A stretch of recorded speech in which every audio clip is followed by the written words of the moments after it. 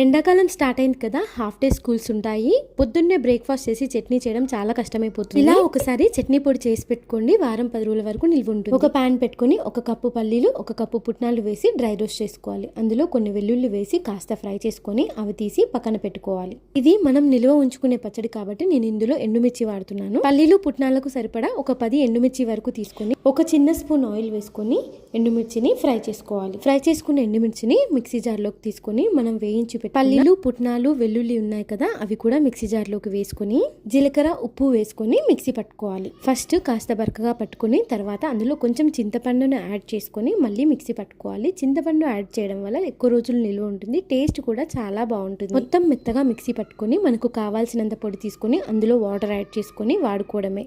ఇష్టం ఉన్న వాళ్ళు పోపు కూడా వేసుకోవచ్చు. అప్పుడప్పుడు మనం టిఫిన్ అందరికీ పెడతాం కానీ మన వరకు వచ్చేసరికి చట్నీ ఉండదు కదా, ఇలా ఒకసారి చేసి పెట్టుకోండి. ఒకవేళ చట్నీ అయిపోయినా అప్పటికప్పుడు